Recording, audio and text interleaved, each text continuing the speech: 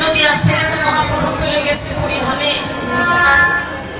কিন্তু বড় মনে আশা জেগেছে যদি একটু প্রভুর সঙ্গ করতে পারতাম।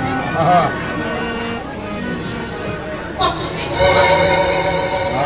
ওই প্রভুর সাধবদন্ত দেখি না, অন্তরের স্বাদ জেগেছে কবে প্রভুর সঙ্গ পাবো, সাধবদনটা নয়ন করে দর্শন করবো। ভক্তরা বললেন, বাবাজি আমাদের অন্তরে বড় আশা জেগেছে কবে প্রভুর সঙ্গে চলো না যাই, আর জীবনে মানছে না। অন্তরঙ্গ ভক্তদেরকে লইয়ে শিবানন্দ দাস বাবাজি হেঁটে হেঁটে চলছে হরিধাম আর নদিয়া। নদিয়া থেকে তখন হেঁটে যেতে হইতো ওই হরিধামে, তখন তো যানবাহন ছিল না। চলতে চলতে একটু দূরে যখনই পৌঁছেছে শিবানন্দ দাস বাবাজি লক্ষ্য করলেন তাদের সঙ্গে তো সবাই এসেছে, আরো একজনের সঙ্গে সঙ্গী হয়েছে। সে কোনো মানব দেহ নয়, একটা কুকুর ওদের সঙ্গ নিয়েছে। শিবানন্দ দাস বাবাজি লক্ষ্য করে বললেন, ওরে কুকুর তুই যে আমাদের সঙ্গে সঙ্গী হয়েছিস, তুই কি কতদূর পথ চাইতে পারবি? তোর তো বড় কষ্ট হবে, তুই এই আশ্রমে থেকে যা, আমরা ভক্ত সঙ্গ করে আসি, প্রভুর সঙ্গ করে আসি।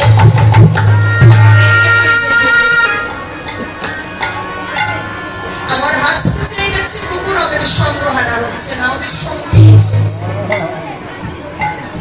চলতে চলতে কুকুরকে তাড়িয়ে দিচ্ছে, আশ্রমে থাক, তুই তোর যেতে হবে না। কুকুর যখন থাকছে না তখন লাঠি দিয়ে আঘাত করছে, তোর যেতে হবে না, তুই এখানেই থাক। আর কুকুরটা কি করছে?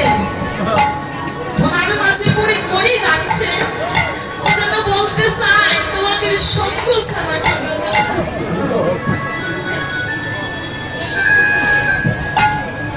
চলতে চলতে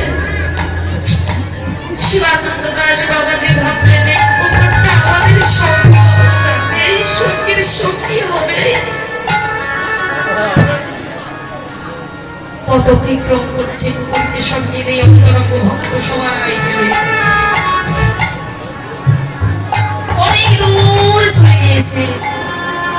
সামনে একটা অনেক বড় নদী, ওই নদীটা পার হলেই হরিধাম।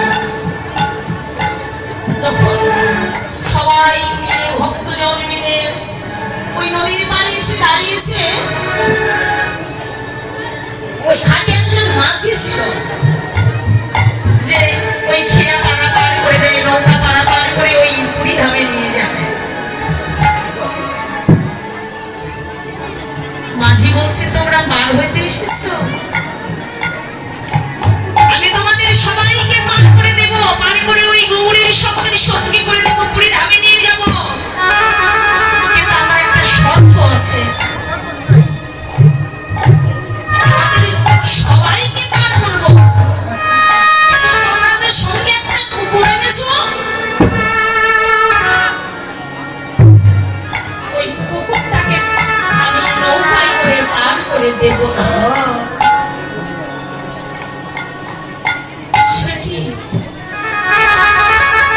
আমি মানুষ পার করি,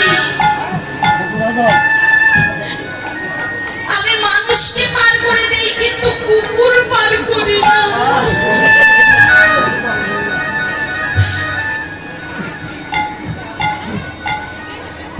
শিবানন্দ দাস বাবাজি বললেন, তথাস্তু,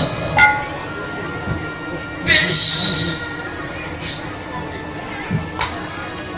তোমার মনোবাঞ্ছাই পূর্ণ হোক। কুকুরটার দিকে তাকিয়ে নয়ন ভরে দেখ শ্রী শিবানন্দ দাস বাবাজি হরিপদ দাস, তুই তো বড় আশা করে আমাদের সঙ্গে এসেছিস, কিন্তু আমি যে আজ বড় নিরুপায়।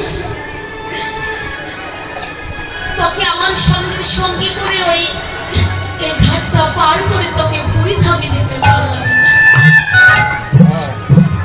তবে একটি কথা, তোকে আমি এবারে রেখে যাচ্ছি।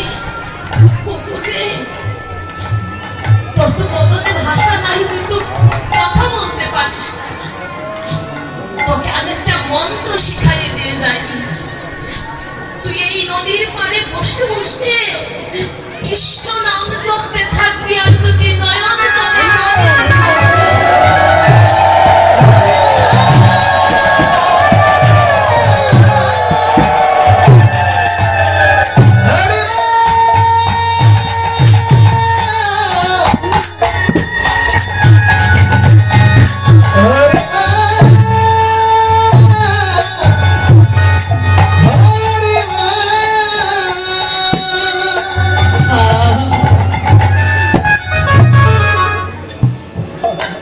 সবাই এক এক করে পার হয়ে ধামে চলছে।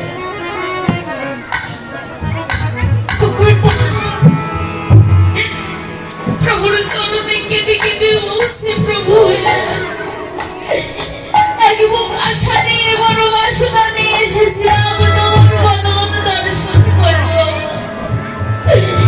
তোমার চরণের ধুলা অঙ্গে মাখব।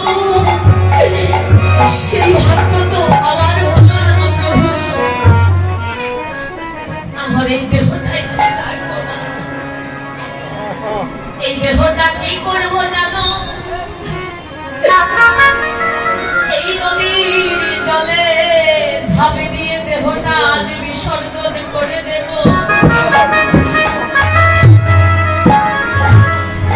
যে দেহটা গৌরী সেবাই লাগলো না,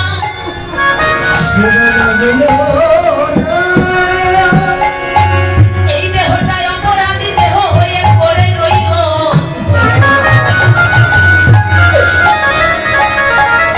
প্রভু হে,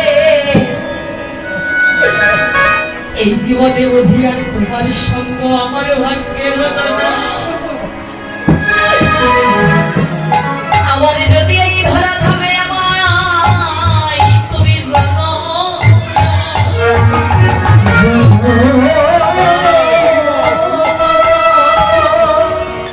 তোমার শরণে নিবেদন, আমি যেন তোমার সঙ্গের সঙ্গী হইতে পারি। দুটি নয়নে জলে মুখ ভাসাইয়ে কাঁদিতে কাঁদিতে যেই না নদীতে ঝাঁপি দিয়েছে, অন্তর্যামী ভগবান ভক্তের আকুল প্রাণে নয়নের জলে আর দূরে থাকতে পারল না।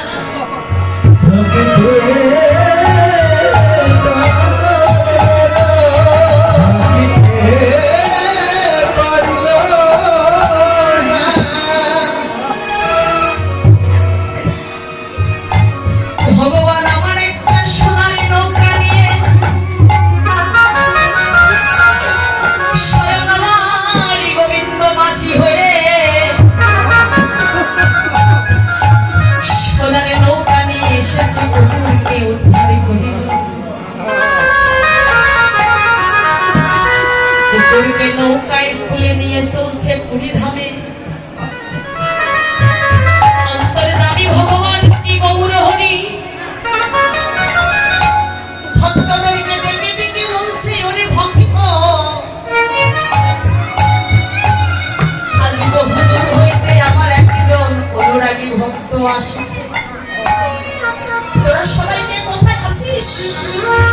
আগে বিলম্ব করিস না, তোরা শীঘ্রই করে আমার ভক্তির জন্য তোরা অন্ন ব্যঞ্জন প্রস্তুত কর। ওই ভক্ত বড় ক্ষুধার্ত, আমার ভক্তির সেবা আমি নিজে দেব। তোরা সবাই ভক্তির জন্য অন্ন ব্যঞ্জন প্রস্তুত কর। কুকুর এসেছে, কত ভক্ত বসে আছে প্রভুর সঙ্গে, কদলে বসে বসে বসে গৌর রূপে নয়ন দিয়ে অনেকে নয়ন ভরে শুধু নয়ন ভরে রূপটি দর্শন করছে। গৌরাঙ্গ মহাপ্রভু বলছে, ভক্ত এখনো তুমি দূরে বসে আছো, আমার কাছে আসো। আমি যে তোমার প্রতীক্ষা করে বসে রয়েছি। ভক্ত এসেছে, লেজটা নাড়াতে নাড়াতে প্রভুর সঙ্গে বসেছে। ভক্তদেরকে ডেকে বললেন, তোরা আয়, আমার ভক্তের জন্য অন্ন ব্যঞ্জন নিয়ে আয়। সুন্দর করে থালায় সাজিয়ে ভক্তরা দিয়েছে অন্ন ব্যঞ্জন প্রসাদ।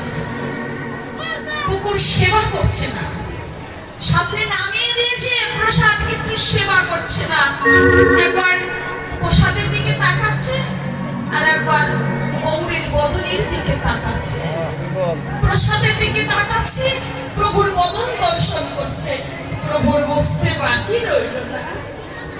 ওই ভক্তের অন্তরের বাসনা, ভগবান এটা তো প্রসাদ হয়ে আছে, তুমি সেবা করে এটাকে মহাপ্রসাদে পরিণত করে না।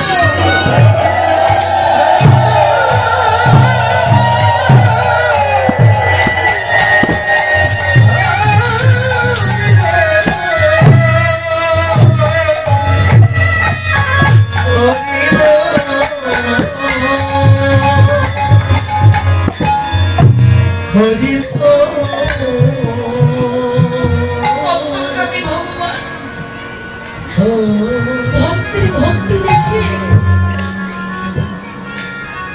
ব্যাকুল হয়ে গেলেন। এমন অনুরাগী ভক্ত তো আমি কোথাও পাই না রে ভগবান। আমার ওই অন্ন ব্যঞ্জন হইতে প্রসাদ বদলে দিয়ে মহাপ্রসাদে যখন পরিণত করে দিল, ভক্ত কুকুরান একটুকু বিলম্ব করল না। প্রভুর প্রসাদ ভক্ত সেবা করছে।